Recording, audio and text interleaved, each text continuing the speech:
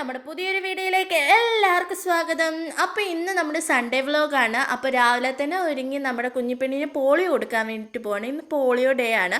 അപ്പോൾ നമ്മുടെ അടുത്ത് ബിന്ദു ക്ലബ്ബിൽ വെച്ച് പോളിയോ കൊടുക്കുന്നുണ്ട്. അപ്പോൾ പോളിയോ ബൂത്തിൽ പോയി നമ്മുടെ കുഞ്ഞിപ്പെണ്ണിന് പോളിയോ ഒക്കെ കൊടുത്തു കഴിഞ്ഞതിന് ശേഷം നമ്മൾ നേരെ പോകുന്ന കുറച്ച് ചിക്കൻ മേടിക്കാനാണ്. കുറച്ച് ദിവസമായിട്ട് ചിക്കൻ കഴിക്കണമെന്ന് വല്ലാത്തൊരു കൊതി.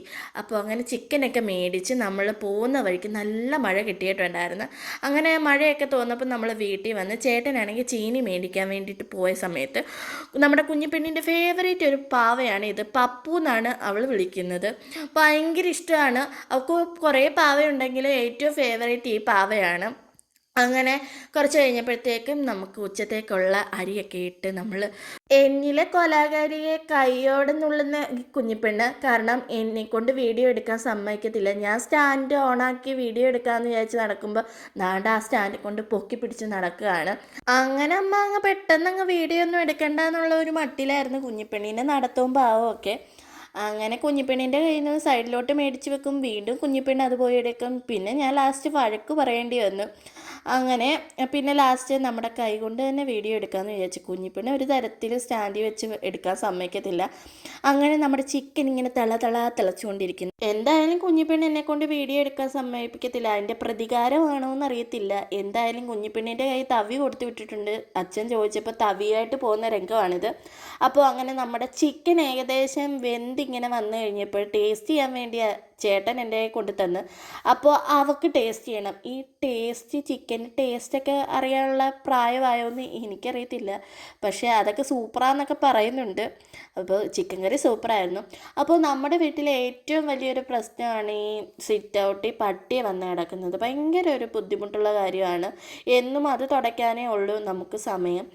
അപ്പോൾ പട്ടിയെ എറിഞ്ഞതിൻ്റെ വിഷമമൊക്കെയാണ് ഈ മോന്തയിൽ കാണുന്നത്.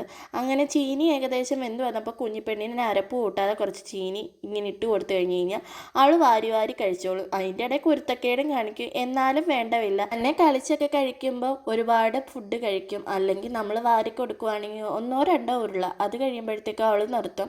അത് കഴിഞ്ഞപ്പോഴത്തേക്കും ചേട്ടൻ എന്തോ ഇത് സിറ്റ് ഔട്ട് കഴുകാൻ വേണ്ടിയിട്ട് ഇറങ്ങി. ഞാനെന്താ കഴുകാത്തതെന്നൊന്നും വിചാരിക്കേണ്ട, ഞാനും ഇടയ്ക്ക് കഴിയും. കാരണം ഞാൻ കുളിച്ചിട്ടൊക്കെ നിൽക്കുക. കുഞ്ഞിപ്പെണ്ണാണെങ്കിൽ ഞാൻ അങ്ങോട്ട് ഇറങ്ങിയാൽ ഇനി എൻ്റെ പുറകിന് വരും. അതുകൊണ്ട് ചേട്ടൻ ഇത് കഴിഞ്ഞിട്ട് പോയി കുളിക്കാനുള്ളതായതുകൊണ്ട് ചേട്ടൻ കഴിക്കോളാന്ന് പറഞ്ഞു.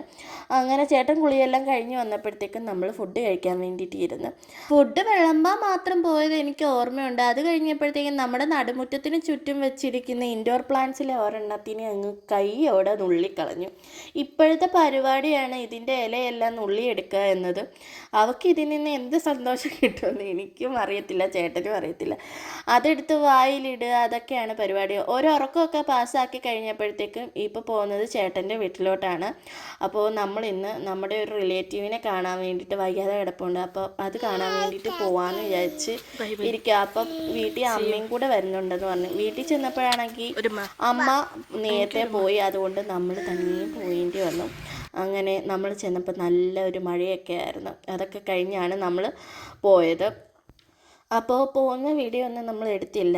അങ്ങനെ വൈകുന്നേരം ആയപ്പോഴത്തേക്കും ഒരു 6 മണിയൊക്കെ ആയപ്പോഴത്തേക്കും നമ്മൾ തിരിച്ച് നമ്മുടെ വീട്ടിൽ എത്തിയിട്ടുണ്ട്. അപ്പോൾ നമ്മുടെ വീഡിയോ ഒക്കെ ഇഷ്ടപ്പെടുവാണെങ്കിൽ എല്ലാവരും ലൈക്ക് സബ്സ്ക്രൈബും ചെയ്യാൻ മറക്കരുത്. അപ്പോൾ അടുത്ത വീഡിയോ ആയിട്ട് വരുന്നവരെ ബൈ.